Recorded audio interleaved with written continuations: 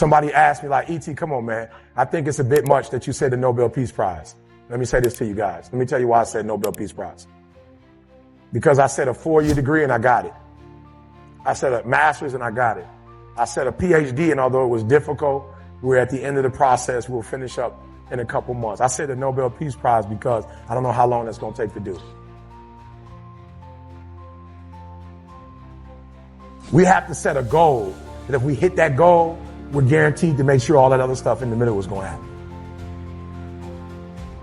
I need your appetite. So, E.T., why 3 o'clock in the morning? Why don't you sleep? My appetite.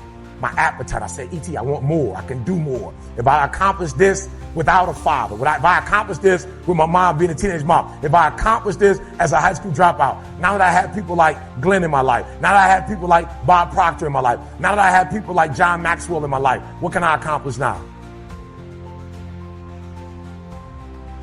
I want you to think about more than just what you're going to do financially, more than what you're going to do in this industry in the next 3 years, right? More than that, I ask you the question, what's your appetite? What are you going to do that will ensure that when the alarm clock goes off, that you are already up 10, 20 minutes before your alarm clock goes up? Why? You've heard me say it before. No alarm clock needed. My passion wakes me up. Listen to me. No alarm clock needed. When Glenn said 6 o'clock, I don't know how it happened. Jet lag and all. Went to sleep about 3 and the body just boom. 5:40 woke me up. Hey guys, time to get up. We got to go to the lobby at 6 o'clock. 9 o'clock a.m. call. 11 o'clock our time. I don't know what happened, but boom. 5 minutes before 11, the body woke me up. No alarm. I haven't used an alarm clock in over 20 years. What is it? Internally, Eric, I want to be successful. I want to execute. I want to make all my dreams become a reality. I want to do everything I said I'm going to do. So my appetite increases. It gets stronger every year. I want more every year. I want to do more every year. I want to help more every year. I want to be bolder. I want to be better. I want to be stronger every single year. Every single year, your appetite should go up. You should never get settled. You should never get settled. You should never get content. Every single year. When you get content, when you settle, somebody's chasing you, somebody's coming from behind, and somebody's trying to take your spot. And so every single day when you wake up, you got to set new goals, new benchmarks. You got to raise it higher and higher and higher so you can make your dreams become a reality. As Epictetus said, he is a wise man who does not grieve for things which he has not, but rejoices for those which he has. And that's gratitude, isn't it? It's the very base decision that we all have to make. Are you grateful for the things that you have in your life, or are you always wanting more? And trust me, I get it. I understand people that strive for more. I understand people that want something bigger and better. But at the same time, if you allow yourself to only think about what you don't have, to only be striving for something more, that obsession will begin to overtake you. It will begin to corrode you. But ultimately, it's a choice. Ultimately, at any time, right now, in this moment, you can stop and think about what you have. You can put your attention on the things that you're grateful for and watch what it does.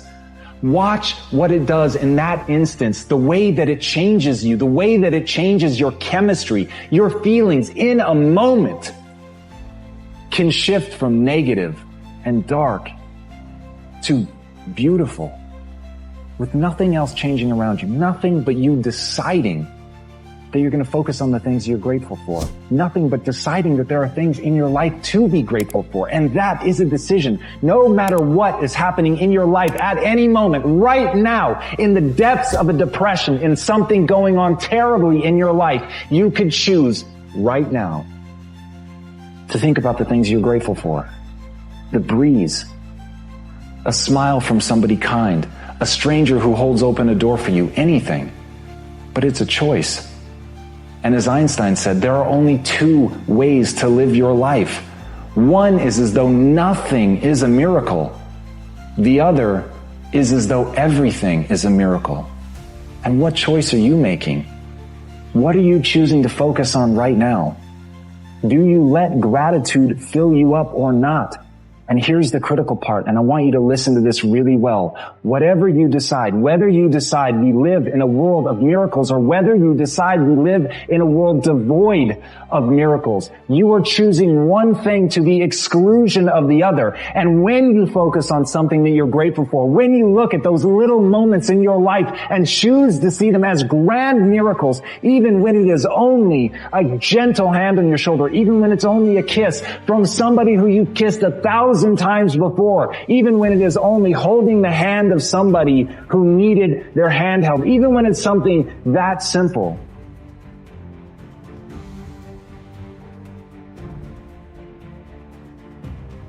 It really is a miracle, that it really is something that can fill you. It really is something that will change your chemistry, bring a connection between two people, allow you to see a grander vista, or even just open a window and look out at the world and realize that you're alive, that this is all a miracle, that none of this is guaranteed, that every breath you take could be your last.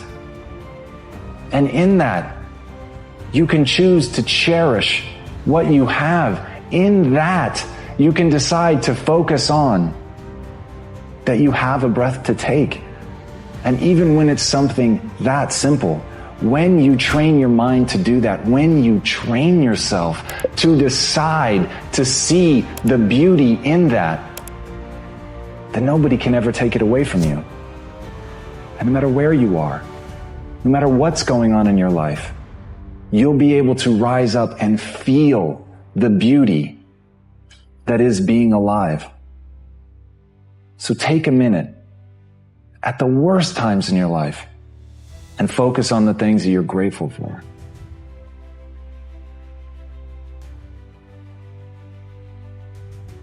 I want you to burn into your nervous system the following statement, because it is a fundamental truth of the human condition. It is literally the baseline physics of what it means to be a person. As Earl Nightingale said, we become what we think about. And that's an idea that I want you to hold firmly in your mind. That's something that I really want you to internalize. I really want you to stop right now. Whatever you're doing, I want you to stop, lean into this video and listen to what I'm saying. You will become what you think about. Really think about that for a second, as if it wasn't just a phrase, as if it's more than just words, as if it were a truth about how the brain works, because it is. You're going to become the thing that you think about. And I know that you're dwelling on a lot of negative shit. I know that you're carrying a lot of baggage with you. And I know that as you think about how things might go wrong, that you believe